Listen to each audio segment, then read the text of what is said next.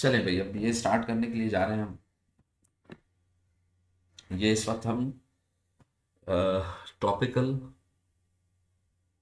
आगा Khan board के CRQs जो है वो देखने के लिए जा रहे हैं।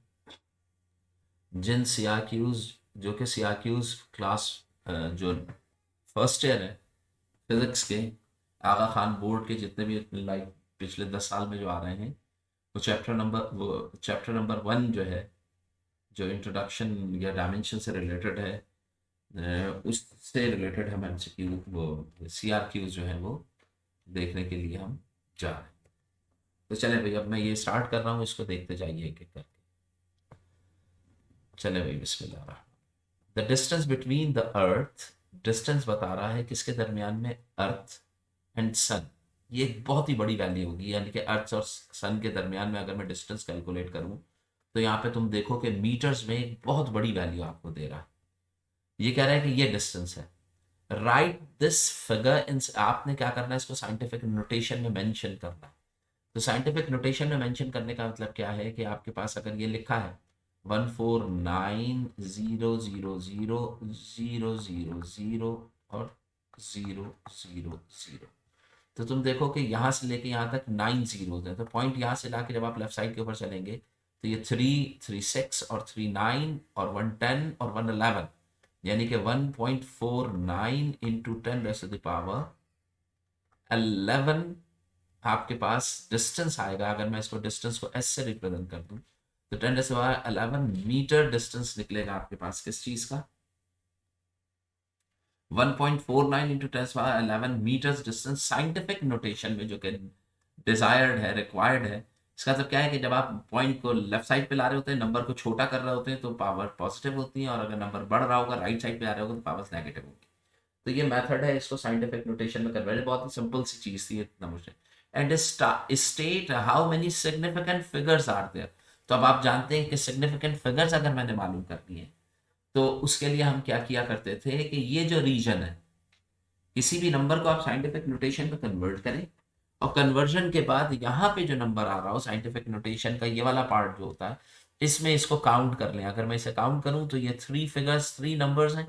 तो 3 नंबर्स होने का मतलब क्या है कि इसकी सिग्निफिकेंट फिगर्स जो होंगी वो कितनी होंगी, 3 होंगी। 3 होने का मतलब क्या है, ये नोन है, ये भी नोन है, और ये फर्स्ट डाउटफुल डिजिट कहलाएगा।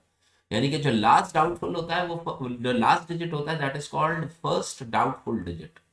ये कहलाता है first doubtful digit, doubtful digit.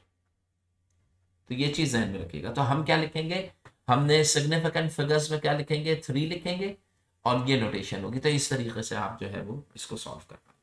अच्छा, इसके बाद वाला क्वेश्चन ये मेरे बिल्कुल क्लियर नहीं हुआ। इसमें ये 2 चीजें तो मेरे खुद समझ में आ गई हैं, बाकी 2 चीजें फिर मैं डिस्कस करेंगे तो फिर बाद में ही क्लियर हो सकेंगी कि क्या है। पहली चीज तो ये है कि ये एक नंबर दिया हुआ है आपको, इस नंबर को आपने कन्वर्शन करना है, किसी साइंटिफिक फिगर्स में कन्वर्ट करना है। सिग्निफिकेंट फिगर्स इसकी निकालनी है कि कितनी सिग्निफिकेंट फिगर्स हो। तो आप जानते हैं कि राइट साइड पे जो डिजिट्स सारे होते हैं वो भी एलिमिनेट हो जाते हैं, और लेफ्ट साइड के डिजिट्स वो भी एलिमिनेट हो जाते हैं। तो अगर आपके पास राइट साइड के ऊपर 3, अच्छा देखें, राइट साइड का डिजिट पॉइंट के बाद आ रहा हो तो एलिमिनेट नहीं होता। यहां पे इसका मतलब क्या हो गया कि अगर मैं इसको यूं करूं, एक मिनट, इसको सेव एज कर, एक मिनट रुकिएगा, मैं अगर ऐसे सेव करूं तो सकता है कि नहीं, एक सेव एज, एक मिनट बेटा रुकिए, नहीं आया, खैर चले जाने दें। तो यहाँ पे आप ये चीज जानते हैं कि अगर मैं इसको कन्वर्जन करने के लिए जाऊंगा तो लेफ्ट साइड का ये वाला जीरो तो एलिमिनेट हो जाएगा। चूंकि पॉइंट के बाद अगर एंड के ऊपर जीरो आ रहा है तो वो काउंट किया जाता है। तो इसकी सिग्निफिकेंट फिगर्स कितनी होगी, 3। और अगर मैं इसे कन्वर्ट करूं तो लिखा है 0.580, तो पॉइंट उठा के इस तरफ लाएंगे तो ये बनेगा 5.80 इंटू 10 टू द पावर -1, क्योंकि नंबर बढ़ गया है तो पावर नेगेटिव।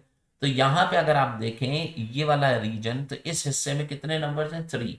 तो इसके साइंटिफिक जो फिगर होगी वो 3 होगी, less than the given number. अब ये जो चीज है ना, ये मेरे खुद नहीं समझ में आई कि यहाँ पे कौन सा, ये जो गिवन नंबर है इससे लेस देन कितना होगा, ग्रेटर देन, ये मैं खुद नहीं समझ पाया हूँ। तो ये जो है ये हमको देखना पड़ेगा, देखने के बाद फिर हम डिसाइड कर पाएंगे कि इन दोनों के क्या आंसर्स होंगे। ये मैं शेयर कराऊंगा तो फिर देख लेंगे क्या आंसर निकलते हैं, इसमें मेंशन भी नहीं है। अच्छा, अगला क्या है? अगला क्वेश्चन दे रहे हैं ये कि यहाँ पे इन्होंने, इसको थोड़ा सा बढ़ा लेते हैं ताकि दिखाई दे आप लोगों को।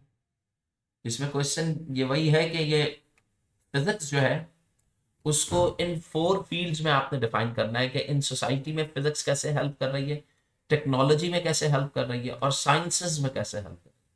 तो देखिए, सोसाइटी तो हमारा अपना माशरा होगा, यानी कि हम जो अपनी डेली लाइफ एग्जांपल्स देख रहे होते हैं, इसमें हमें घर के अंदर या दूसरी जगहों पर फिजिक्स कैसे सपोर्ट करती है। डिफरेंट टाइप की टेक्नोलॉजीज में, यानी कि जो स्पेसिफिकली टेक्नोलॉजीज के अंदर जो इस्तेमाल हो रही थी, मसलन देखिए, आप मुस्तकिल एक्सरे नहीं करवा रहे होते, कभी कभी जाके आप एक्सरे करवाते हैं, या एमआरआई आप करवाते हैं तो कभी कभी जाके करवाते हैं, तो वो एक अलग है। लेकिन ड्राइविंग ऑफ कार जो है वो रोजमर्रा की का सेटअप है। तो देखिए, अप्लाइड मेनी डिफरेंट लाइफ एक पर्सन के ऊपर है, सच एज जो आप पेयर ऑफ टोंग यूज करते हैं घर के ऊपर, जो आप चिमटा इस्तेमाल कर रहे होते हैं वो भी, या रोलिंग पेन्स हैं। अब ये रोलिंग पेन्स क्या होती है, लेकिन आप इसी से रिलेटेड बहुत सारी चीजें लिख सकते हैं। हेयर पेन्स लिख सकते हैं जो बालों में लगाते हैं, वो भी इसके अंदर मार्क हो जाएगी। ड्राइविंग कार्ड हो गया, all these are the application importance of physics in daily life. Daily life मतलब क्या है कि इन अवर सोसाइटी। इसके अलावा आपके घर के अंदर बहुत सारी चीजें, बल्ब है, इन्वेंशन ऑफ बल्ब आपकी सोसाइटी के अंदर इम्पैक्ट करता है, या और भी बहुत सारी टेक्नोलॉजी के अंदर देखिए, made achievement has been made, such as क्या क्या हो सकता है, रेडॉन हो सकती है, रेडॉन जो होते हैं आपके पास, एक्सरेज हो गई। रेडॉन जो है कि आपके पास रेडिएशंस होती हैं जो कि कैंसर ट्रीटमेंट में इस्तेमाल, सैटेलाइट या रॉकेट्स जो आपके पास भेजे जाते हैं उसके अंदर भी आपके पास ये सारी टेक्नोलॉजीज हैं जो कि क्या है, फिजिक्स की फील्ड में यूज हो रही है। जबकि साइंस के अंदर देखें तो एग्जांपल्स, अब साइंस के अंदर आपके घरों में रखी हुई चीजें, साइंस के अंदर क्या होगी, माइक्रोवेव हो गया, टच स्क्रीन आप यूज कर सकते हैं, लॉक डिवाइसेस। अब ये बताइए, ये तमाम डिवाइसेस हैं जो कि साइंस के अंदर आप डेली लाइफ में यूज कर रहे हैं, जबकि ऊपर ये चीजें आपको डायरेक्टली सोसाइटी के अंदर क्या करेगी, हेल्प करेगी। तो मोस्टली है एक ही जैसी चीजें, बस इन्होंने उसको डिस्ट्रीब्यूट करके दिखा दिया, तो आप देख के अंदाजा लगा सकते हैं क्या है। नेक्स्ट देखिए, ये इसमें क्वेश्चन इन्होंने मेंशन नहीं किया है, लेकिन आंसर को देख के मैं आपको ये बता सकता हूं कि देखिए, ये 2 मेजरमेंट्स दी हुई हैं। समझिए कि ये लेंथ थी और ये विड्थ थी। तो लेंथ और विड्थ या लेंथ और ब्रेथ को इन्होंने क्या करना है, कहा है कि एरिया फाइंड आउट करो। तो लेंथ का मेजरमेंट और ब्रेथ की मेजरमेंट दोनों आपने अलग अलग लिख दी। अब अगर मैं यहां पे देखूं तो इधर सिग्निफिकेंट फिगर्स आ रही हैं 3 और इधर सिग्निफिकेंट फिगर्स आ रही हैं 2। तो सबसे पहले हम मल्टीप्लाई करने के लिए जाएंगे, जब आपने इसको 0.75 को 4 से मल्टीप्लाई किया तो 3.54 आ गया। देखिए भाई, 0.75 को मल्टीप्लाई किया 4.6 से, तो रिजल्ट क्या है, 3.45। तो आपने 3.45 इंटू 10 पावर 2 लिख दिया। अब 3.45 लिखा है तो इसका मतलब क्या हो गया कि यहां पे अगर मैं इसकी आंसर की सिग्निफिकेंट फिगर्स देखूं तो सिग्निफिकेंट फिगर्स आंसर में कितनी है, 3 है। जबकि गिवन वैल्यूज में आपके पास सिग्निफिकेंट फिगर्स 3 भी थी और 2 भी थी।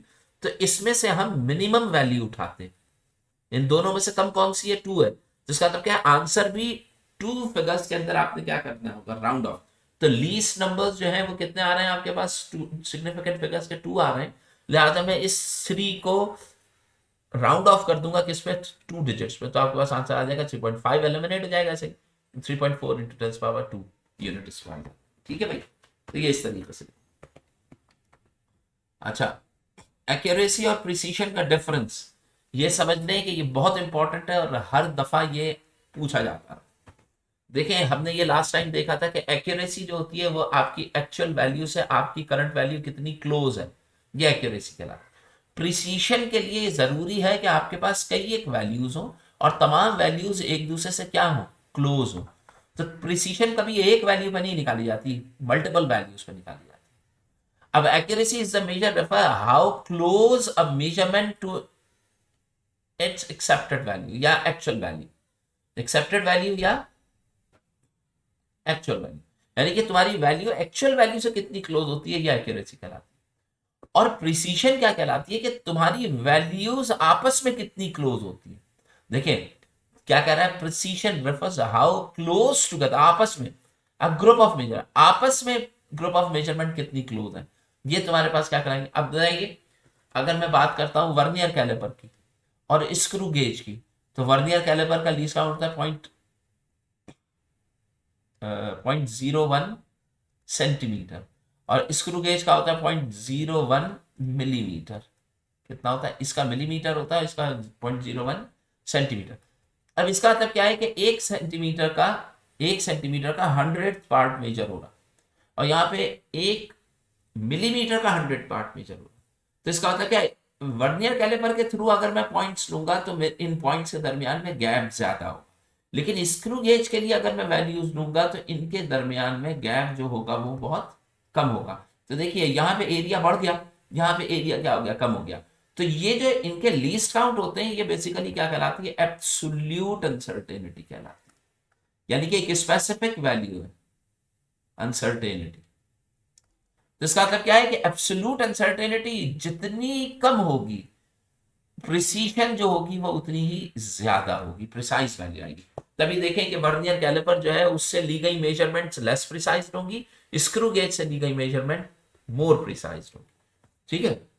अब देखिए accurate can be measured only, देखिए सिर्फ एक मेजरमेंट से एक्यूरेट वैल्यू आती है। मसलन ये एक्यूरेट वैल्यू थी, आपने यहां पे हिट किया तो ये एक्यूरेसी आपको बताएगा। एक ही वैल्यू एक्यूरेट से कंपैरिजन प्रिसाइज करने के लिए आपको प्रिसाइज मल्टीपल मेजरमेंट्स होती हैं। प्रिसाइज जब आप तो कई एक मेजरमेंट आपस में प्रिसाइज, भाई कई एक पॉइंट्स होंगे तभी तो बताओ कि क्लोज है या नहीं, लेकिन एक पॉइंट से क्लोज वैल्यू जो होती है वो एक्यूरेसी कहलाती है। अच्छा, जो एक्यूरेट वैल्यू होती है उसके अंदर कम से कम लेस होता है। क्या चीज कम से कम होता है? लेस फ्रैक्शनल एरर या परसेंटेज अनसर्टेन।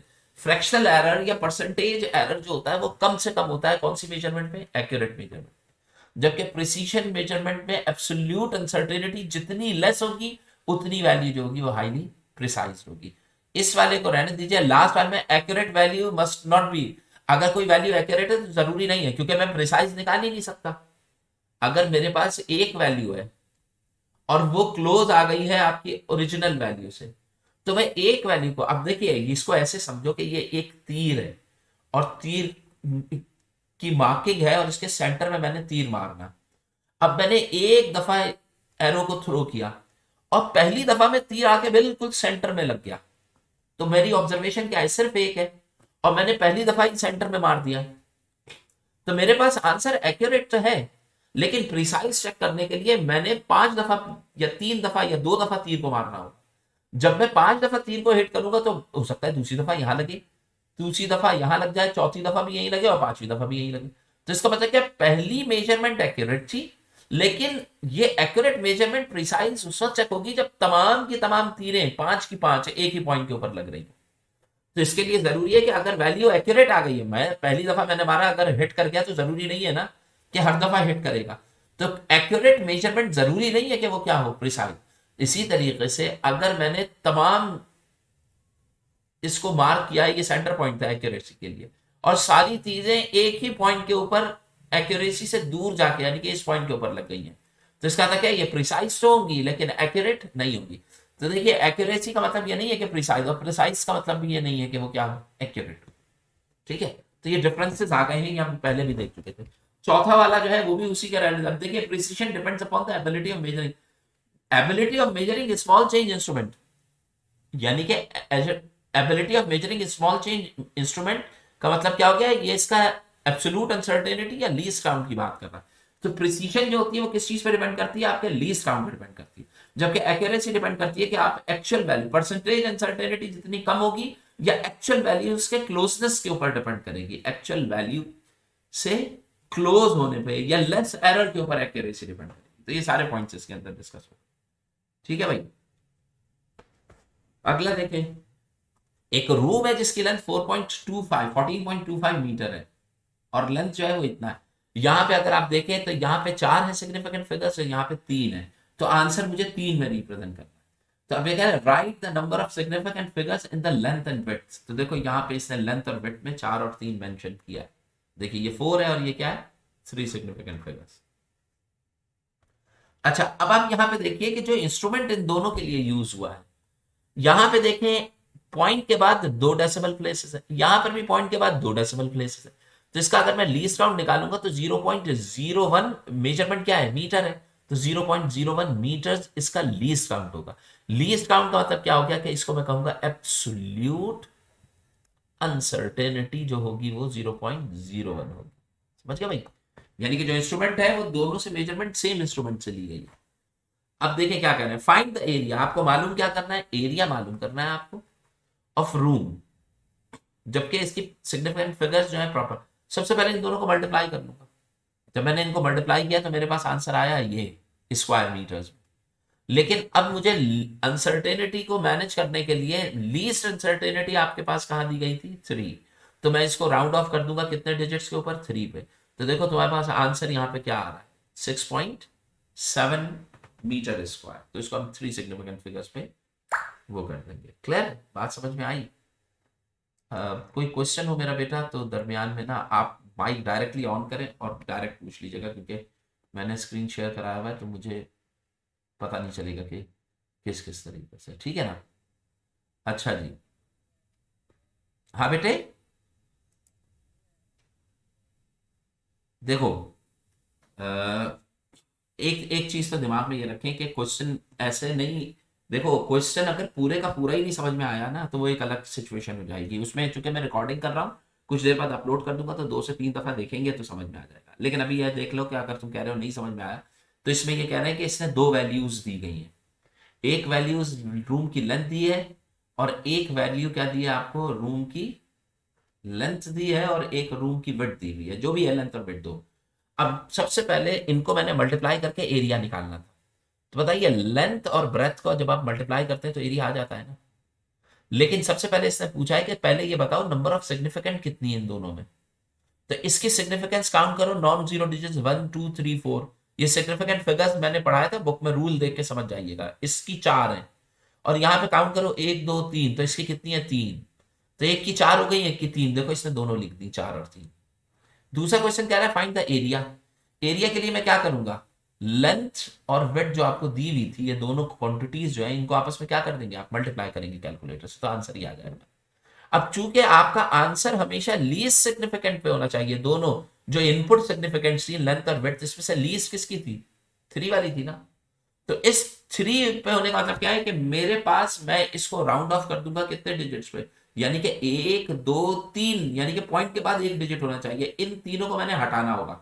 5 को हटाऊंगा तो हट जाएगा, 2 को हटाऊंगा तो ऐसे ही हट जाएगा, जब मैं 8 को हटाऊंगा तो 6 क्या बन जाएगा, 7। तो आंसर आ जाएगा 6.7। यानी कि अब ये कितने डिजिट्स के ऊपर राउंड ऑफ कर दिया मैंने, 3 के ऊपर। Significant figure round of 1 digit पे, और सिग्निफिकेंट फिगर्स इसकी कितनी हो गई है, 3। तो देखिए 3 के ऊपर ही करना था, तो 3 के ऊपर निकाल के आपने आंसर कर दिया। अभी भी नहीं समझ में आया, बोलो भाई। चलो बेटे, चलें। अब आपसे कह रहे हैं ये कुछ फिजिकल क्वांटिटीज हैं लाइक पोटेंशियल एनर्जी, इसकी आपने क्या बतानी है, डायमेंशंस बतानी है। तो आप डायमेंशंस के लिए याद करें, मैथ्स के लिए हम लिखा करते थे m, लेंथ के लिए हम लिखा करते थे l, और टाइम के लिए हम लिखते थे t। ऐसे ही था। अब आप देखो भाई, पोटेंशियल एनर्जी का अगर मैं फॉर्मूला देखता हूं तो डायमेंशंस अमूमन निकाली जाती है बाय देयर इक्वेशंस। तो mgh होता है फॉर्मूला। m क्या होता है, mass g acceleration due to gravity, और h क्या है, हाइट है, यानी कि डिस्टेंस। मास, m क्या चीज है, मास है, मल्टीप्लाई बाय g क्या चीज है, ये इन्होंने गलत लिखा है, ऐसे नहीं लिखना चाहिए था, इनको लिखना चाहिए था यहाँ पे g क्या चीज है, एक्सेलरेशन है। समझ रहे बेटे? और एक्सेलरेशन के बाद आखिर में क्या आ रहा है, h क्या है, डिस्टेंस है। h की जगह क्या लिखूंगा मैं, डिस्टेंस। अब बताइए मास का क्या होता है फॉर्मूला, मास के लिए हम क्या लिखते हैं, dimension m, multiply by, multiply acceleration, acceleration, acceleration जो होता है वो मीटर पर सेकंड स्क्वायर होता है ना। तो मीटर क्या होता है, डिस्टेंस। तो डिस्टेंस की यूनिट होती है एल, और पर सेकंड स्क्वायर अपॉन टी का स्क्वायर, ऐसे होगी इसकी डायमेंशन। ये डायमेंशन किसकी है, एक्सेलरेशन की। इसी तरीके से वेलोसिटी जो होती है इसका फॉर्मूला होता है एम अपॉन मीटर पर सेकंड। मीटर का मतलब क्या हो गया, एल अपॉन टी।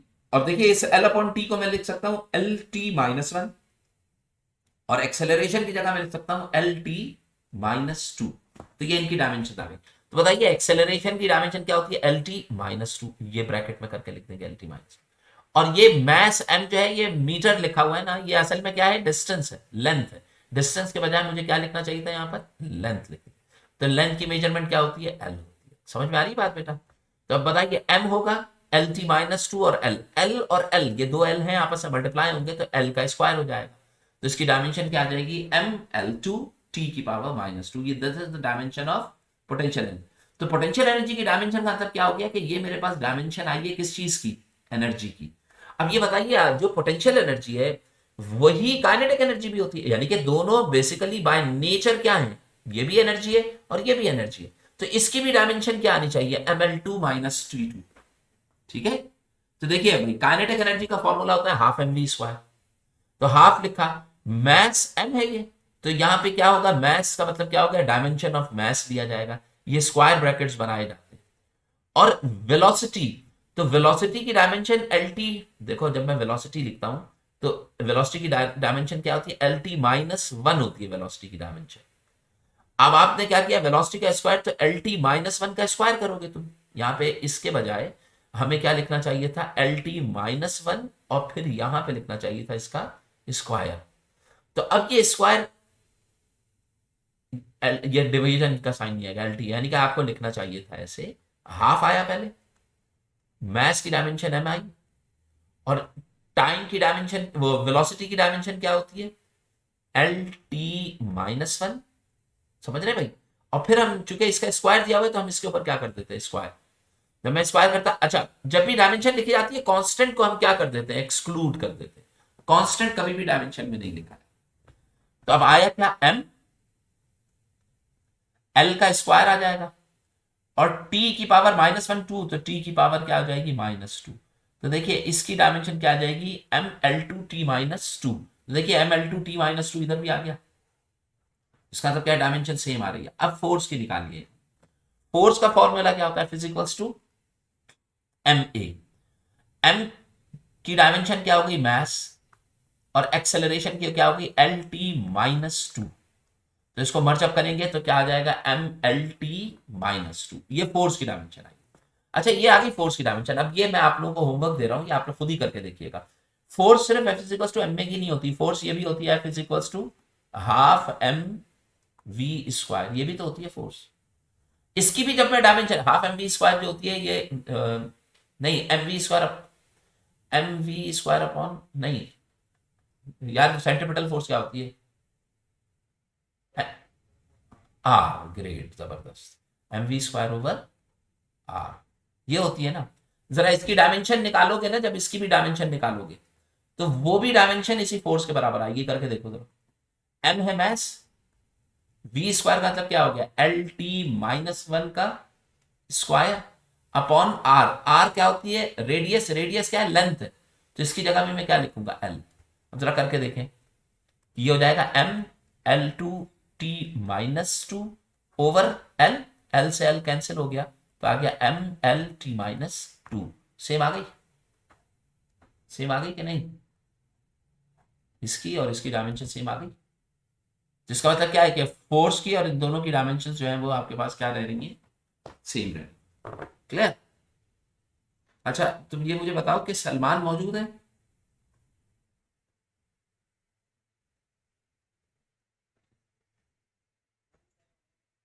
अच्छा बता दिया था उसको, स्केल में था, लेकिन यार फोन वोन तो कर लेते हैं, तुम लोग भी जाहिल ही हो। चलो खैर, चलो, चलो ठीक है, ये मैं अपलोड कर दूंगा तो वीडियो फिर देख लेंगे तो। खैर diameter of a cylinder is 20 centimetre. एक डायमीटर है, सिलेंडर है, उसका diameter 20 centimetre. Measure with the help of, अब उसे वर्नियर कैलिपर से मेजर किया गया, जिसका लीस्ट काउंट, लीस्ट काउंट का मतलब क्या है, एब्सोल्यूट अनसर्टेनिटी। ये मैं बार बार लिख रहा हूं ताकि जहन में रहे। देखो ये एब्सोल्यूट अनसर्टेनिटी, आपने कौन सी अनसर्टेनिटी निकालनी है, आपने परसेंटेज अनसर्टेनिटी निकालनी। एब्सोल्यूट अनसर्टेनिटी मुझे पता है, आपने कौन सी अनसर्टेनिटी निकालनी है, परसेंटेज। जो परसेंटेज अनसर्टेनिटी होती है वो एब्सोल्यूट के अंदर से निकालिए। समझ रहे हैं? परसेंटेज अनसर्टेनिटी आपको क्या चीज बताएगी, एरर बताती है। अभी हमने देखा था ऊपर के परसेंटेज अनसर्टेनिटी एरर, जबकि एब्सोल्यूट अनसर्टेनिटी प्रिसीशन बताती है। परसेंटेज अनसर्टेनिटी जितनी कम होगी एक्यूरेसी उतनी ही ज्यादा होगी। अब देखो परसेंटेज अनसर्टेनिटी कैसे निकालना। देखिए परसेंटेज अनसर्टेनिटी निकाली जाती है बाय यूजिंग, परसेंटेज अनसर्टेनिटी निकाली जाती है by using least count. Absolute uncertainty का मतलब क्या हो गया, ये इसका हो गया लीस्ट काउंट। तो अब चाहे तो फॉर्मूला रट्टा मार लें, चाहे इसको जहन में रखें कि आपके पास क्या होता है कि जो तुम्हारा लीस्ट काउंट होता है उसको तुम डिवाइड करते हो तुम्हारी ऑब्जर्वेशन से, जो ऑब्जर्व्ड वैल्यू आई है, ऑब्जर्व्ड वैल्यू, समझ रहे हो। और जब इसको डिवाइड कर लोगे तो डिवाइड करने के बाद मल्टीप्लाई कर दोगे किस चीज से, 100 से। अब ये बताओ तुम्हारा जो लीस्ट काउंट है वो बेसिकली एब्सोल्यूट है क्या चीज, अनसर्टेनिटी है। तो ऊपर लीस्ट काउंट एब्सोल्यूट अनसर्टेनिटी का मतलब क्या हो गया कि तुम अनसर्टेनिटी लिख रहे हो ऊपर, और नीचे ऑब्जर्व वैल्यू लिख रहे हो। तो इसका मतलब क्या है कि जब ऊपर अनसर्टेनिटी लिख रहे हो तो ये अनसर्टेनिटी भी परसेंटेज अनसर्टेनिटी कहलाएगी। जब मल्टीप्लाई बाय 100 करोगे तो एब्सोल्यूट परसेंटेज अनसर्टेनिटी जो कि परसेंटेज अनसर्टेनिटी कहलाती है। तो यहां पे बताइए लीस्ट काउंट आपको यहां पे देखिए कैलकुलेशन इन्होंने की भी है। देखिए डायमीटर कितना किया था 20 सेंटीमीटर, लीस्ट काउंट कितने सेंटीमीटर था। तो कैसे लिखोगे, लीस्ट काउंट कितना 0.01 है, वैल्यू क्या आपको दी गई है 20, ऑब्जर्व वैल्यू डायमीटर की 20 थी, मल्टीप्लाई बाय 100। तो जब आपने किया तो 0.05% आ गया। ये क्या चीज आई है, परसेंटेज अनसर्टेनिटी।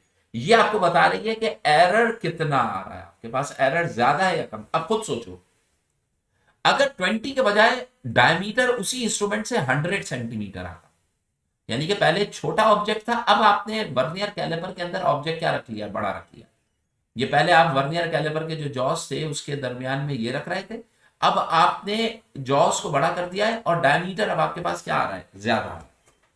अब बताओ आपके पास इंस्ट्रूमेंट सेम है, जो इंस्ट्रूमेंट की लीस्ट काउंट यहां था 0.01, वो यहां पर भी 0.01 है, लेकिन अब आपके पास ऑब्जेक्ट की मेजरमेंट बढ़ गई है। जब मेजरमेंट बढ़ेगी तो इसके स्केल से क्लोज होते जाओगे ना, जितनी बड़ी मेजरमेंट होगी अनसर्टेनिटी उतनी ही, परसेंटेज अनसर्टेनिटी उतनी कम होती जाएगी, समझ रहे हैं। अब आप ये देखें कि वर्नियर कैलिपर का स्केल जो होता है वो सपोज उसको अगर तुम लिखो और देखो तो उसके ऊपर 15 सेंटीमीटर तक की मेजरमेंट ले सकता हूं। तो 15 सेंटीमीटर तो एक बड़ी मेजरमेंट है ना। तो बताइए आप छोटा स्फीयर लेंगे तो इसमें अनसर्टेनिटी ज्यादा होगी, यानी कि एरर निकलने के चांसेस ज्यादा है। स्फीयर इससे बड़ा लिया, मेजरमेंट थोड़ी बड़ी, एरर क्या हुआ, कम हुआ, यानी कि आसानी से तुम्हें समझ में आ रही है, परसेंटेज अनसर्टेनिटी कम होती जाएगी, एरर के चांसेस कम। और बड़ा स्फीयर लोगे एरर के चांसेस और एक्यूरेसी बढ़ती जाएगी। यानी कि इस जो इंस्ट्रूमेंट, अगर मेरे पास 15 सेंटीमीटर मैक्सिमम स्केल की लेंथ है, ठीक है, और अगर मेरे पास डायमीटर 10, 11, 12 का आया हुआ है, तो जो 12 सेंटीमीटर का डायमीटर होगा ना उसकी मेजरमेंट पे एरर के चांसेस कम से कम होंगे। अब अगर मैं स्केल मेरे पास 15 सेंटीमीटर का है और मैं उसमें 0.1 सेंटीमीटर के डायमीटर का मेजरमेंट ले रहा हूं, यानी कि डायमीटर बहुत ही छोटा सा स्फीयर है, तो इसका मतलब क्या है कि इसमें एरर के चांसेस क्या होंगे, ज्यादा, परसेंटेज अनसर्टेनिटी बढ़ जाएगी, क्योंकि नीचे की वैल्यू बहुत कम होगी। नीचे की वैल्यू जितनी ज्यादा होगी अनसर्टेनिटी जो होगी वो उतनी कम होती है, परसेंटेज अनसर्टेनिटी उतनी रिड्यूस होगी, एक्यूरेसी उतनी ज्यादा क्या होती जाएगी, बढ़ती चली जाएगी। तो हमने यहाँ पे परसेंटेज अनसर्टेनिटी निकालना था। एंड समझ लीजिए कि क्या बता रहा है, एब्सोल्यूट अनसर्टेनिटी यानी कि लीस्ट काउंट को अगर मैं डिवाइड करता हूं मेजर्ड लेंथ या मेजर्ड वैल्यू से और 100 से मल्टीप्लाई कर दूं तो मेरे पास यहां पे जो आएगा वो क्या आएगी, परसेंटेज अनसर्टेनिटी आ जाएगी। परसेंटेज अनसर्टेनिटी, परसेंटेज क्यों कह रहा हूं, क्योंकि मैंने यहां पे किससे मल्टीप्लाई कर रहा हूं उसको, 100 से। तो जो भी परसेंटेज अनसर्टेनिटी आएगी आपके पास, ये भी हो सकती है, ये भी हो सकती है, वो परसेंटेज अनसर्टेनिटी आपको ये बताती है कि आपकी वैल्यू कितनी एक्यूरेट, जितनी कम होगी उतनी वैल्यू एक्यूरेट होगी, यानी कि एक्चुअल वैल्यू से उतना ही आप क्या हो चुके होंगे, close. Next, the dimension of work done and torque. अगर मैं वर्क डन की डायमेंशन लूं या टॉर्क की डायमेंशन लूं तो वो मेरे पास सेम आती है। अब बताइए वर्क डन के लिए फॉर्मूला होता है W is equal to F into D. Torque के लिए जो फॉर्मूला आता है वो tau is equal to R cross F आता है। देखिए यहां पर भी फोर्स डायमेंशन है, यहां पर भी फोर्स डायमेंशन है। यहां पे डायमेंशन डिस्टेंस यानी कि लेंथ है, और यहां पे डायमेंशन मोमेंट आर्म यानी कि लेंथ है। तो बताओ लेंथ और फोर्स सेम डायमेंशन देगा आपको। तो इसका मतलब क्या है कि डायमेंशनली वर्क डन और टॉर्क जो है वो क्या है, सेम है। डायमेंशनली दोनों क्या है, सेम है। लेकिन ये कह रहे हैं describe the reason for the difference, इनकी ऐसा यूनिट्स क्यों डिफरेंट होती भाई, क्योंकि दोनों अलग अलग चीजें है ना, सेम चीजें तो है ही नहीं। टॉर्क देखो तो ये है एक turning effect in a body, work done देखो तो ये force displacing the body from one point two another with in the direction. तो बताइए, इन एक स्केलर है एक वेक्टर है, तो इसका मतलब एक डॉट प्रोडक्ट है एक क्रॉस प्रोडक्ट है। तो ये जो वेरिएशन चेंजेस आ रही हैं, ये चेंजेस ही डिस्क्राइब करती हैं कि इनकी एसआई यूनिट्स जो होंगी, यानी कि इन क्वांटिटीज के दरमियान में जितने भी डिफरेंसेस हो सकते हैं अगर तुम लिख देते हो। अब बताओ, फोर्स के अंदर your applied force and displacement should be in the same direction, जबकि टर्निंग इफेक्ट के अंदर फोर्स के साथ जो मोमेंट आर्म लिया जा रहा होता है that should be a perpendicular component. R जो होता है वो एफ से क्या होना चाहिए, परपेंडिकुलर, जबकि यहां पे एफ और डी एक दूसरे से क्या होने चाहिए, पैरेलल होने चाहिए। फोर्स और डिस्प्लेसमेंट क्या हो, पैरेलल, यहां पे क्या हो, एक दूसरे के परपेंडिकुलर। तो these are the differences, that is why we are getting two different quantities but with the same dimension. Dimension same क्यों है, क्योंकि product of force and displacement and here also force and displacement. तो इसकी वजह से तो ये यही चीज यहां पे इन्होंने मेंशन की हुई। देखें, ये कह रहा है ऑल दो डायमेंशंस जो है वर्क और टॉर्क की सेम है, ये वाली है, but there SI units are different. क्यों, because work done is a scalar and that is other one is a vector for the magnitude and the displacement effective component. अब अगर magnitude अगर मुझे चाहिए हो किसका, किसी एक का displacement effective component of force in the direction, जब मैं वर्क की बात करता हूं, वर्क डन की, तो जब मैं वर्क डन कैलकुलेट करता हूं तो फोर्स का कंपोनेंट, कंपोनेंट ऑफ फोर्स यानी कि फोर्स और डायरेक्शन ऑफ डिस्प्लेसमेंट, डिस्प्लेसमेंट और फोर्स वर्क डन के लिए क्या होने चाहिए, इन द सेम डायरेक्शन होने, एक डायरेक्शन में होने चाहिए। देखो ना, F cos theta, F D cos theta लिखते हैं ना, तो both should be in the, जबकि इधर आप देखेंगे तो both should be perpendicular to one another. यहां पे अगर आप देखें कि unit of force and both are perpendicular to one another, आप मेंशन करेंगे ये वाली चीज। तो इसलिए हम ये दो पॉइंट्स हो सकते हैं, दो से ज्यादा भी हो सकते हैं कि आप इनकी डेफिनेशन के first one produces the linear motion, second one produces the angular motion और टर्निंग मोशन। समझ रहे हैं? तो that is why there quantities और relations are completely different. First one having the dot product between F and D, और दूसरा cross product होता है बिटवीन एफ एंड आर, ये भी मेजर पॉइंट हो सकता है। ठीक है, अगला देखें, 2s is equal to vf इज डायमेंशनली करेक्ट है या नहीं। तो बताओ, डायमेंशनली करेक्ट होने का मतलब क्या हो गया कि मैं इसको इधर सॉल्व करूं और इसको इधर सॉल्व करूं और सेम डायमेंशन है। अब अगर मैं लिखता हूं 2as, s क्या है, डिस्टेंस, तो 2 कांस्टेंट है, इसको तो हटा दो, a एक्सेलरेशन lt माइनस 2 और s क्या होता है, l होता है, तो इसको मल्टीप्लाई करो तो l2 और t माइनस 2 डायमेंशन आ रही है कौन से हैंड साइड की, लेफ्ट हैंड साइड की। अब राइट हैंड साइड देखें, V F square minus V I square.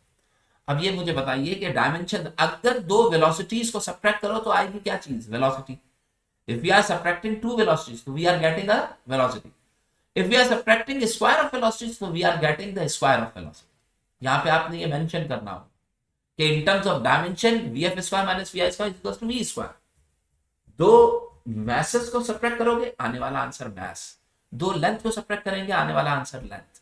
तो अब यहाँ पे ये आ गया आपके पास, तो अब आप इसके एल टी माइनस वन का स्क्वायर कीजिएगा तो वो आ जाएगा L2 और t माइनस 2। ठीक है, तो देखिए यहाँ पे लेफ्ट हैंड साइड और राइट हैंड साइड आपस में क्या हो जाएंगे, इक्वेट कर जाएंगे। तो इन्होंने पूरे का पूरा सॉल्व करके इक्वेट किया। ठीक है भाई,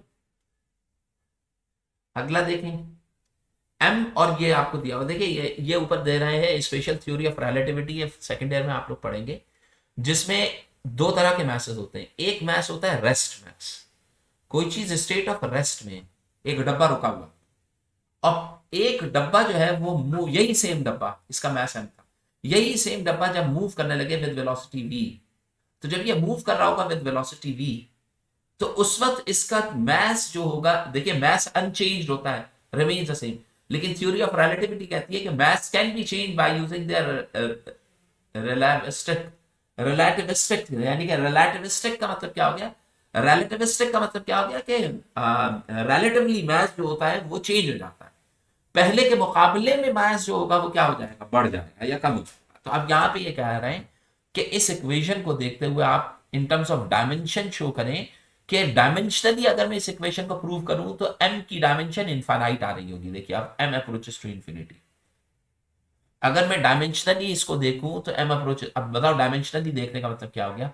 मैथ्स की जगह मैथ्स की डायमेंशन m रखेंगे।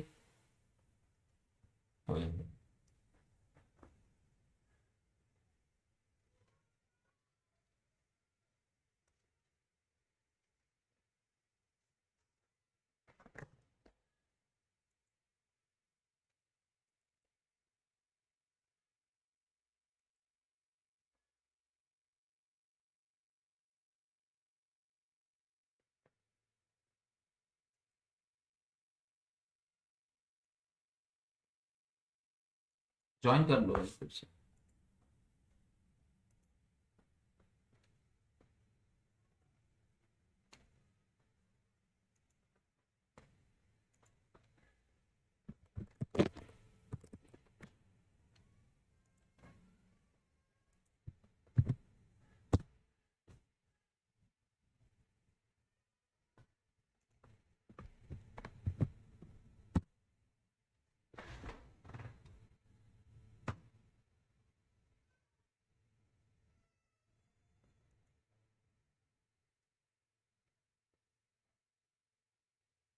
हाँ भाई, बेटा आवाज आ रही है? मेरी आवाज आ रही है कि नहीं?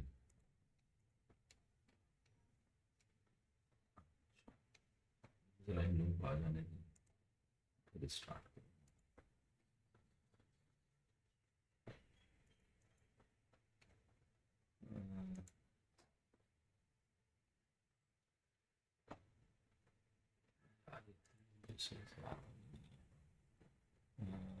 मैंने जो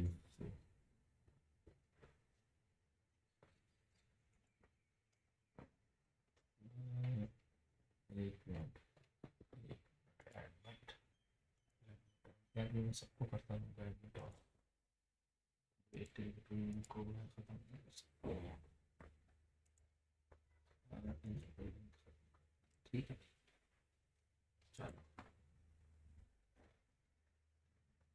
आ गए मेरे साथ।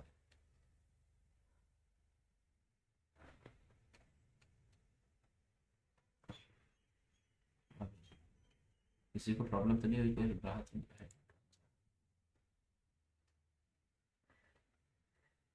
भाई तुम में से देखते रहना, अगर कोई वेटिंग रूम में पड़ा हुआ हो।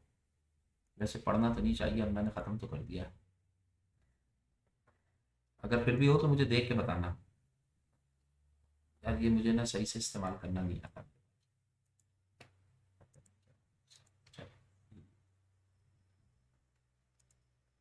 अ,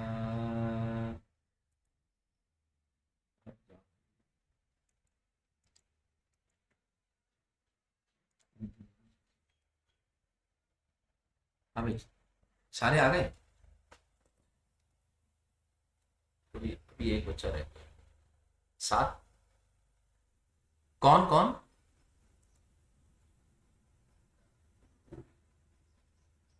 मीर जाफर तो आ चुके हैं।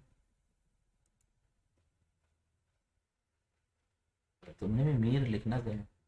नहीं, मीर लिखना जरूरी था इसका। चलो खैर। अम्म,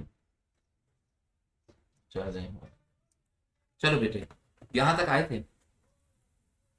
तो अब यहाँ पे देखो कि रेस्ट इज इक्वल, आवाज साफ आ रही है ना मेरी? स्क्रीन पे डिस्प्ले हो रहा है? अच्छा भाई, रेस्ट इज इक्वल्स टू, या मैथ की यूनिट जो होती है वो एम होती है, डायमेंशन, ओवर। यहाँ पे अगर आप चेक करें तो यू लिख के मैं लिखूंगा वन माइनस वेलोसिटी। वेलोसिटी की एल टी माइनस वन होती है। नहीं ये ना करो यार, एक मिनट रुको, मतलब ये करना पड़ेगा। चलो, एल टी माइनस वन होती है डिवाइडेड बाय, अच्छा एल टी माइनस वन का स्क्वायर हम करेंगे। एल टी माइनस वन, इसका आपने किया स्क्वायर, समझ रहे हैं? वन माइनस वेलोसिटी की यूनिट क्या होगी, डायमेंशन क्या होगी, एल टी माइनस वन। इसका आपने क्या कर दिया, स्क्वायर डिवाइडेड बाय। देखिए ये जो सी है ये स्पीड है, ये भी क्या चीज है, स्पीड। स्पीड और वेलोसिटी की डायमेंशन सेम होती है, तो इसकी डायमेंशन भी क्या होगी, एल टी माइनस वन, और इसका भी क्या करूंगा, स्क्वायर। ठीक है भाई। और इसकी होल पावर क्या आ रही है 1/2। तो अब आप ये बताइए कि LT-1 का स्क्वायर एक दूसरे से कैंसिल हो जाएगा, तो जो डायमेंशंस बचेंगी, देखो इसने नीचे भी कुछ ऐसा ही किया होगा, देख रहे हो भाई, LT-1 का स्क्वायर और LT-1 का स्क्वायर दोनों एक दूसरे से कैंसिल हो जाएंगे। तो यहाँ पे आ जाएगा, यहाँ पे आएगा 1, और ये वाली वैल्यू जो होगी वो भी क्या आएगी 1 आप जानते हैं 1 - 1 किसके बराबर होता है 0। तो देखिए ऊपर डायमेंशन मैस आ रही है और नीचे अपॉन 0। तो आप जानते हैं कि something divided by 0 is infinity. जब किसी भी डायमेंशन को 0 से डिवाइड करते हो तो आंसर क्या आता है इंफिनिटी। तो इस पूरे की जगह मैं क्या चीज मेंशन कर दूंगा, इनफाइनाइट मेंशन कर दूंगा। सही है? कैसे करोगे notation का यार, इसमें ये रही notation। मिरान इसमें मिरान ये रखी है, मिरान बेटा आप खाना खाओ। क्लियर हो, ठीक है। अच्छा भाई, हाँ भाई शेयर हो रहा है, शेयर हो रहा है ना भाई? चलो, अच्छा चलो भाई, यहाँ तक की कहानी देखो। तो इसका समथिंग अपॉन 0 जो है वो इन्फिनिटी हुआ, और इन्फिनिटी होने का मतलब क्या है कि डायमेंशन जो होगी वो इनफाइनाइट, यानी कि मैथ्स की डायमेंशन जो है या मैथ्स जो है एम, वो इनफाइनाइट। यही कह रहा है ना कि show that M approaches to infinity. तो देखो आखिर में मेरे पास आंसर इन्फिनिटी आ गया, तो M approaches to infinity result आ गया। ठीक है भाई, आगे चलो। तो यहां तक आपका CRQ फर्स्ट चैप्टर का कंप्लीट हो जाता है। इसको सेव कर लो। अच्छा जी, अब दूसरा देखिए, दूसरा देखिए, एक सेकंड जो है अब आप देखें,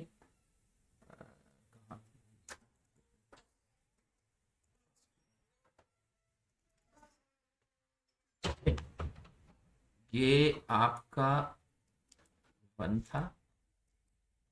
चलो यार,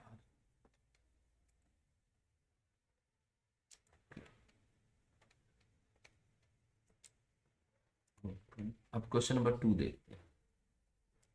ठीक है, क्वेश्चन नंबर 2।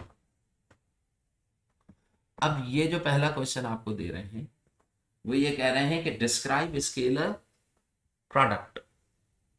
आपसे कह रहे हैं स्केलर प्रोडक्ट को डिस्क्राइब कीजिए। भाई बुझा भाई,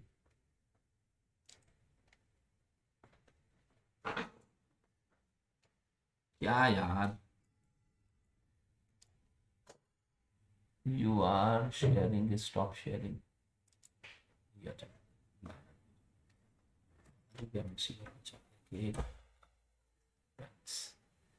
ठीक है, चलो अब यहाँ पे देखें कि आपको पहले कह रहे हैं कि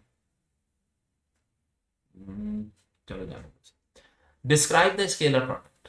आपने scalar product of two vectors, जबकि इनके दरमियान में कोई ना कोई एंगल बन रहा हो, तो आप ऐसे ही लिखेंगे। आप कहेंगे कि consider two vectors A and B.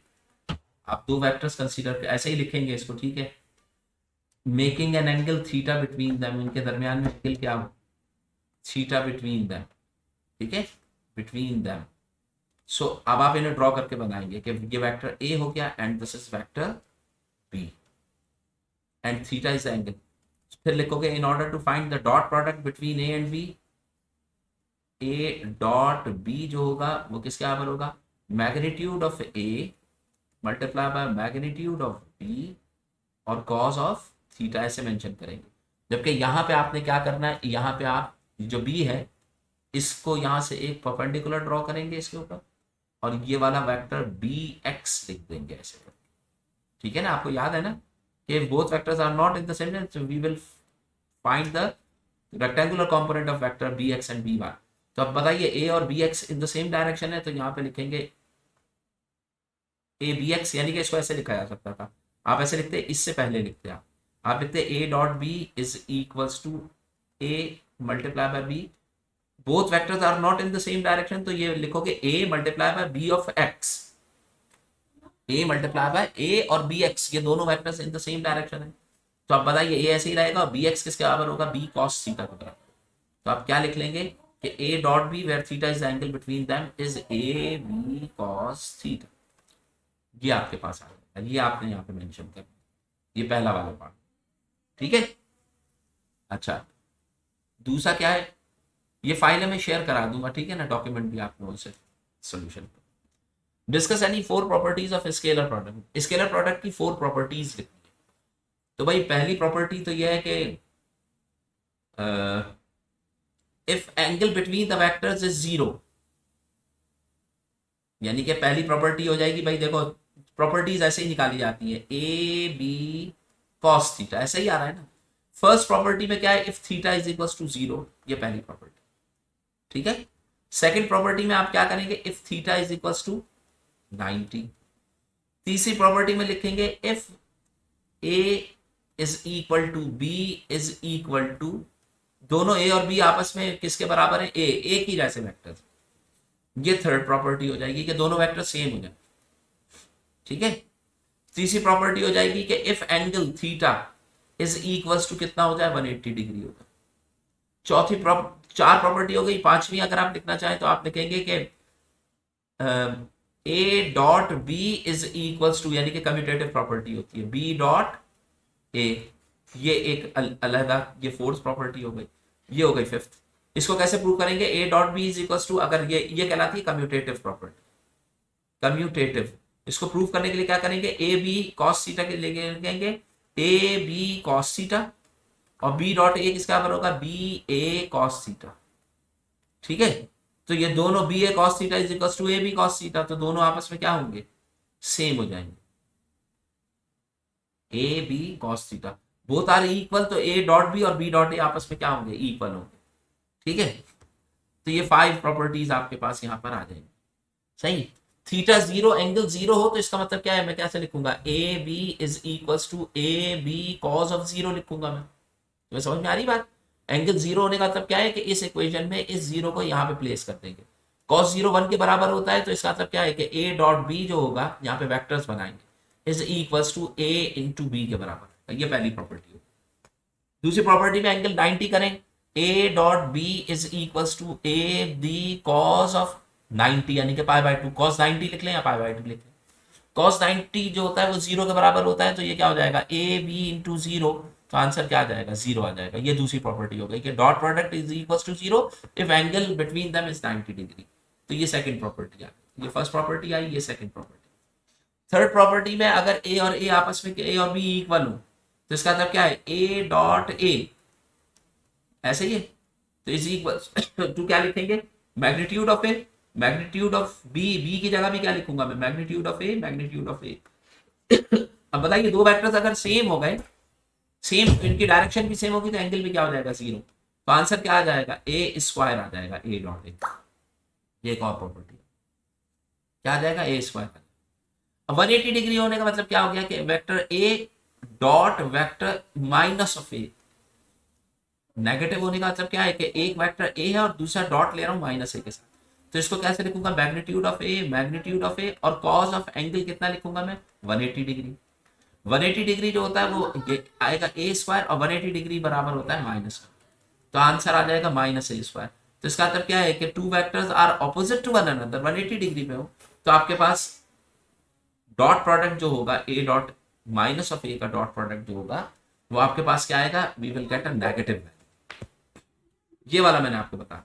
तो ये इनकी प्रॉपर्टीज के थ्रू आप इसको प्रूफ कर सकते हैं, एक्सप्लेन कर सकते हैं। अगला देखो, ये मुझे बिल्कुल नहीं समझ में आया, इसका क्वेश्चन जब सामने होगा तो मैं बता पाऊंगा, ये समझने से फासिल बिल्कुल सर के ऊपर से गुजर गया। Why is the magnitude of a vector is always, किसी भी वेक्टर का मैग्नीट्यूड हमेशा पॉजिटिव क्यों होता है? तो देखो इन्होंने क्या किया है, इसको रेक्टेंगुलर कॉम्पोनेंट बताइए। अगर मैं किसी भी वेक्टर का मैग्नीट्यूड निकालता हूँ, मैग्नीट्यूड ऑफ अ वेक्टर, तो उसमें एक्स कॉम्पोनेंट का स्क्वायर करता हूँ, फिर वाई कॉम्पोनेंट का स्क्वायर करता हूँ, और फिर क्या चीज अप्लाई करता हूँ, रूट। अब बताइए, square of a number whether it is a negative one, जब मैं स्क्वायर ऑफ अ नंबर करूंगा we will get a positive value. Square of second number is also be a positive value. When we add two positive values, so we will get a positive value. And when we take root of a positive value, so we will get a positive value. So magnitude of a vector is always be a positive value. तुम्हें समझ में आया? यही चीज इसने यहाँ पर भी लिखी है। अच्छा, अच्छा, if we are having negative of a vector, तो this negative sign indicates only its direction. ये नेगेटिव जो होता है ये क्या होता है, इंक्लूड होता है और शो करता है किस चीज को, ओनली डायरेक्शन को। और डायरेक्शन क्या होती है, ऑपोजिट टू इट। डायरेक्शन कौन सी डायरेक्शन, ऑपोजिट। यानी कि ये negative sign is not with magnitude. Negative direction जो होती है वो इसके मैग्नीट्यूड के साथ नहीं होती, बल्कि किसके साथ होती है, डायरेक्शन। तो whenever we are finding the magnitude of a vector, it always be a positive। तो इन्होंने ये चीज मेंशन की भी, इसको फिर आप देख लीजिएगा, ठीक है ना भाई।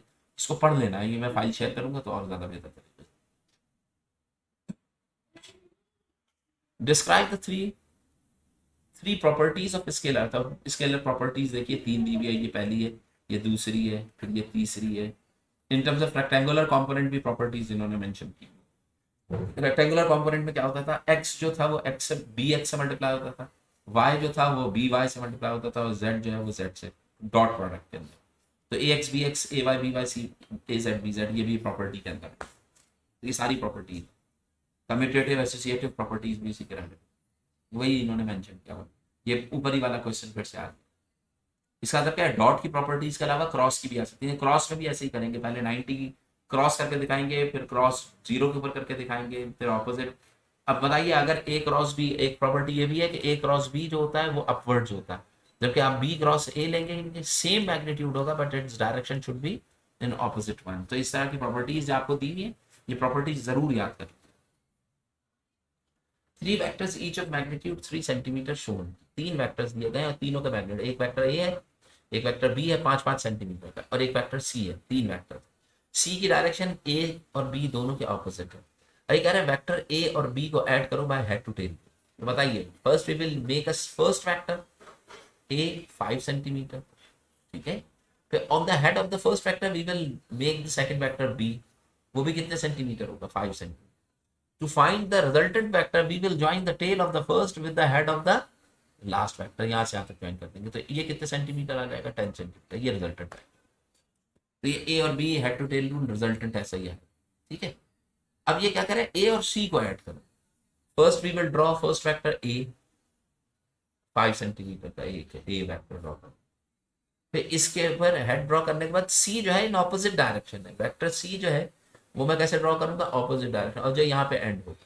तो to join the tail of the first with the head of the last, resultant जो होगा वो एक नल वेक्टर आएगा। जीरो वेक्टर होने का मतलब क्या है कि we will get a null vector. तो रिजल्टेंट इसका क्या होगा, नल। यानी कि पहली फिगर ऐसे बनेगी, रिजल्टेंट ही आया। दूसरी फिगर ऐसे बनेगी, पहला एरो ऐसे, दूसरा एरो, ठीक है। अच्छा, अब यहाँ पे देखिए, ये क्वेश्चन अच्छा है, जबरदस्त सवाल है। कह रहे हैं वेक्टर एफ शो किया जा रहा है, ये वेक्टर एफ है along X axis, theta is along Y axis. यहाँ पे जो एंगल थीटा बन रहा है वो किसके साथ बन रहा है, वाई।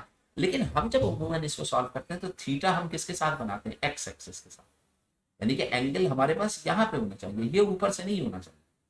तो बताओ, इसके अगर मैं रेक्टेंगुलर कॉम्पोनेंट निकालूंगा तो थीटा ये वाला नहीं लिया जाएगा, नीचे वाला लेना पड़ेगा। नीचे वाले थीटा का मतलब क्या हो गया कि आप जानते हैं कि ये पूरा यहां से यहां तक का एंगल कितना होगा, 90 डिग्री। तो बताइए 90 में से अगर मैं इस थीटा इसको माइनस कर दूं तो मेरे पास ये वाला एंगल आ जाएगा। यानी कि इस एंगल को अगर मैं लिखना चाहूं, देखिए, अगर मैं इस एंगल को लिखना चाहूं, यहां वाला, ये मिट ही नहीं रहा है, क्या करूं,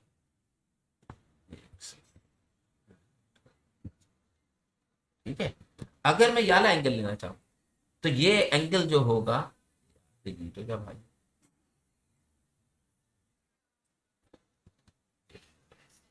अब अगर हम यहाँ पे ये वाला एंगल लेना चाहें तो ये किसके बराबर होगा, 90 माइनस थीटा। 90 का मतलब क्या होता है, उमूमन 90 को हम π/2 भी लिखते हैं, तो 90 माइनस थीटा भी लिख सकते हैं, और ज्यादा बेहतर ये होता है कि हम लिखते हैं π/2 माइनस थीटा।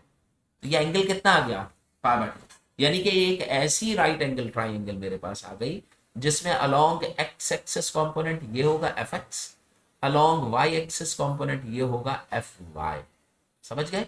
जबकि ये 990 थीटा एंगल जो आ रहा है वो π/2 माइनस थीटा। और ये बताइए, कह रहे हैं show the rectangular components of vector F. तो एफ वेक्टर एफ का एक्स कंपोनेंट जो होगा उसका फॉर्मूला क्या होता है, एफ कॉस थीटा। तो यहाँ पे देखिए एफ तो ऐसे ही है, एफ है, और कॉस ऑफ थीटा, एंगल कितना है आपके पास, यहाँ पे जो एंगल थीटा बन रहा है वो कितना है, पाई बाय टू माइनस, समझ में आ रही है बात, पाई बाय टू माइनस थीटा। तो ये आपके पास कौन सा कंपोनेंट हो जाएगा, एफ एक्स कंपोनेंट आ जाएगा, डिजायर्ड और रिक्वायर्ड कंपोनेंट। इसी तरीके से जब आप एफ वाई फाइंड आउट करेंगे तो एफ वाई का फॉर्मूला क्या है, एफ साइन थीटा। तो एफ वाई जो होगा वो किसके बराबर आ जाएगा, एफ साइन, और थीटा की जगह मैं फिर से क्या लिखूंगा, पाई बाय टू माइनस थीटा। जो एंगल यहां पर होता है हमेशा एंगल वही लिखा है जो एक्स एक्सिस के साथ, तो पाई बाय टू माइनस थीटा की जगह का मतलब क्या हो गया कि आपने ये गलत लिखा। अच्छा अब इसमें यहां तक लिख लेते, ये मैथमेटिक्स कहती है कि cos pi by two minus theta जो होता है ना, ये वाली चीज जो होती है, ये वाली चीज ये इक्वल होती है साइन थीटा। आप चाहें तो रट्टा मार लें भाई इसका, क्योंकि आप लोग बायो के भी ज्यादा स्टूडेंट है, मैथ्स के कम है। तो cos pi by two minus theta जो होती है फर्स्ट ईयर में पढ़ा होगा साइन थीटा का, यानी कि पाई by two minus theta sine theta के बराबर होता है, और sign pi by two minus theta ये वाली चीज जो ये बराबर होती है cos थीटा, यानी कि sign pi by two minus theta ये बराबर होता है कॉस थीटा। यानी कि अगर कहीं पे sign pi by two minus theta लिखा है तो मैं उसकी जगह क्या लिख सकता हूँ, कॉस। और अगर कहीं cos pi by two minus theta लिखा तो उसकी जगह मैं क्या लिख सकता हूं, साइन। तो मुझे बताइए कि ये वाली जो इक्वेशन है इसको मैं ऐसे लिख सकता हूं, F X is equal to क्या लिखा है, F cos pi by two minus theta किसके बराबर होता है, साइन थीटा। तो मैं इधर क्या लिख सकता हूँ, F X is equal to F sine theta. और इसी तरीके से नीचे वाले को क्या लिख सकता हूँ, F Y is equal to F cos. अब ये मुझे बताओ कि जो एक्चुअल रिलेशन था उसमें एफ एक्स के साथ तो साइन आता था, एफ एक्स के साथ कॉस आता था, और एफ वाई के साथ साइन आता था, लेकिन कब आता था, जब थीटा एंगल नीचे बन रहा हो। लेकिन जब थीटा एंगल ऊपर बन रहा हो तो एफ एक्स के साथ साइन आ जाएगा और एफ वाई के साथ कॉस। अगर आप यहां तक लिख के इसे खत्म कर देते तो भी आपका आंसर एक्सेप्टेबल होगा। यहां तक करने के बाद आंसर आ गया, आपने बस यहीं तक सॉल्व करना। लेकिन अगर इसे फर्दर डिटेल में और ज्यादा आगे लिखना चाहें तो एफ साइन थीटा और F cos theta, F x और एफ, ये देख रहे हैं, ये इसका रिवर्स है, ये पलट गया। जबकि एक्चुअल में F X is equal to F cos theta होता है और F Y is equal to क्या होता है, एफ साइन।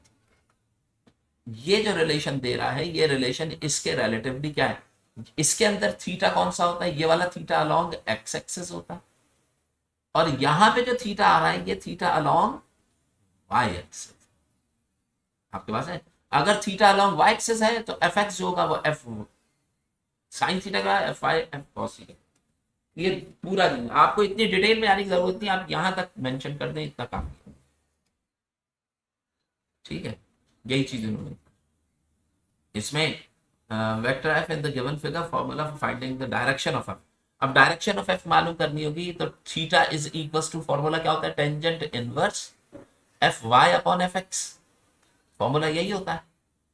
तो अब बताइए यहाँ पे फॉर्मूला क्या आ जाएगा, theta is equals to tangent inverse F Y किसके बराबर आया, F cos pi by two minus theta, ठीक है, divided by F sine pi by two minus theta,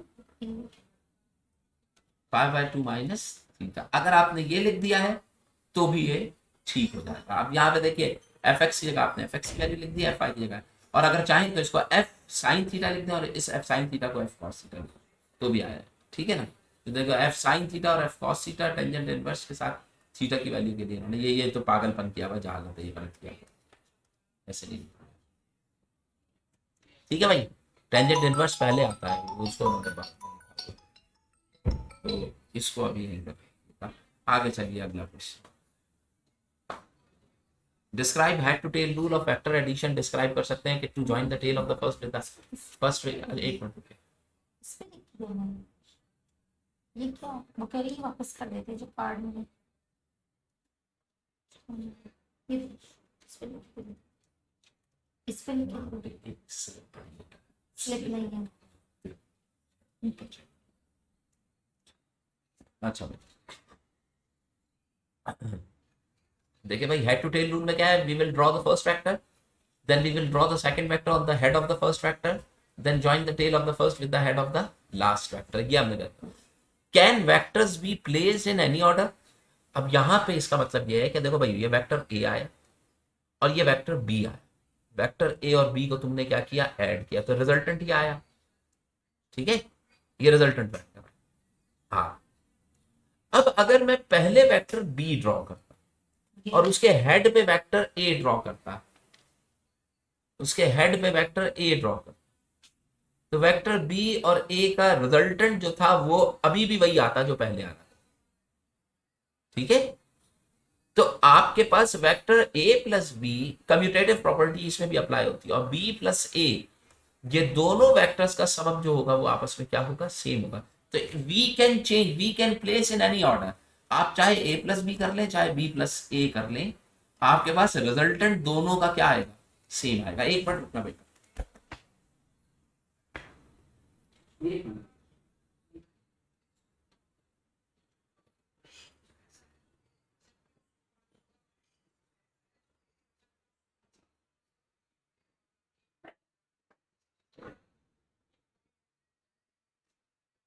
क्या हो रहा है?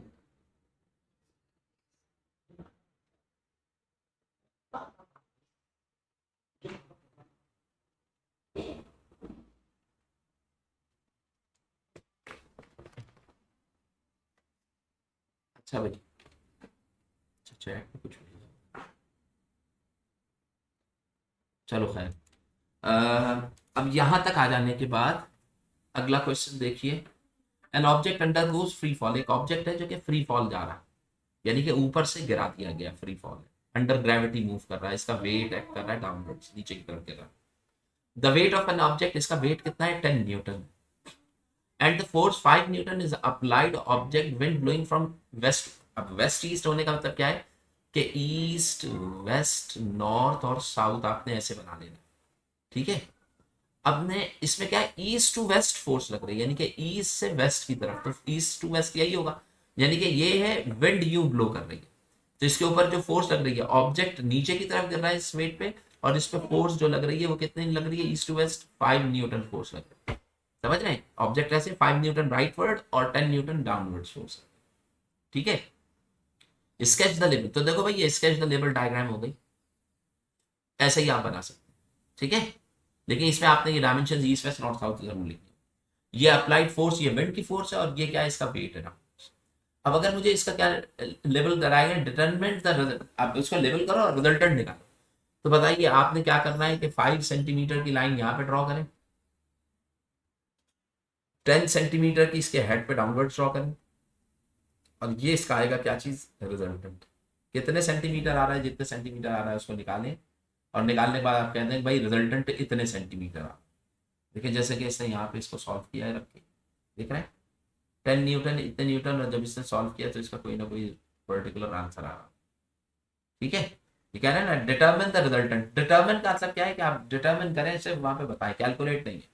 अब calculate the magnitude of resultant force of the object, एक तो आप स्केल से निकाल लो, लेकिन दूसरा एक मेथड ये भी है कि देखिए ये दोनों कंपोनेंट जो हैं, ये और ये रेक्टेंगुलर कंपोनेंट बन रहा है, ये जो आ रहा है ये रिजल्टेंट है, रिजल्टेंट का 5 सेंटीमीटर एक्स कंपोनेंट है, और ये वाला कंपोनेंट जो है वो आर वाई का। समझ रहे हैं, दोनों एक दूसरे के परपेंडिकुलर, देखो ईस्ट टू वेस्ट और डाउनवर्ड्स, तो दोनों फोर्सेस क्या है, एक दूसरे के परपेंडिकुलर है। तो परपेंडिकुलर के रिलेटिवली अगर आप देखें, तो रिजल्टेंट आर जो होता है वो बराबर होगा आर एक्स का स्क्वायर प्लस आर वाई का स्क्वायर। तो आर एक्स का स्क्वायर का मतलब क्या हो गया, 5 का स्क्वायर 25, और आर वाई यानी कि 10 का स्क्वायर 100। ये आ जाएगा 125 विद रूट।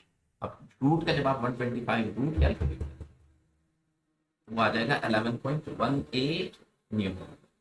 यानी कि ये वाली लाइन जब तुम ड्रॉ करोगे तो ये 11.8, ये वाली लाइन जो है ये कितने सेंटीमीटर की आएगी, 11.8 सेंटीमीटर।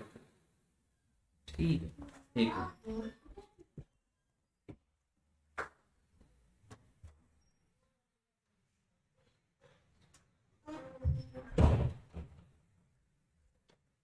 अच्छा, तो यहाँ तक हो गया।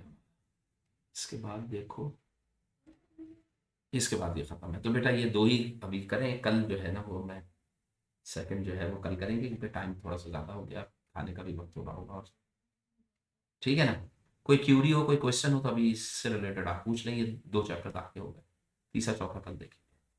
कोई क्यूरी हो तो कर लीजिए भाई। मैं डॉक्यूमेंट शेयर कर देता हूँ, उसके अलावा वीडियो जो है इसको भी मैं अपलोड कर दूंगा, वो दोनों चीज़ें आपको।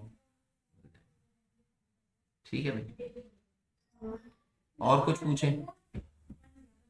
कुछ नहीं है? चले भाई, चले मेरा बेटा, अल्लाह हाफिज।